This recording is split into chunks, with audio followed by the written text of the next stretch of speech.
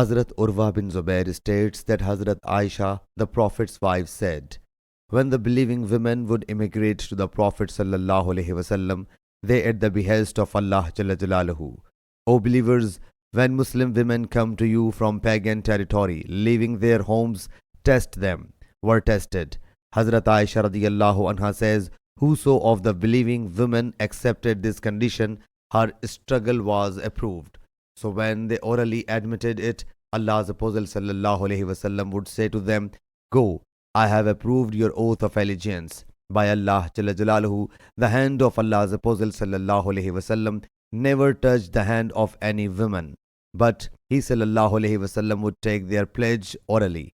By Allah Jalla Jalaluhu, Allah's Apostle sallallahu alaihi wasallam administrated the oath of allegiance to women as Allah Jalla Jalaluhu commanded him.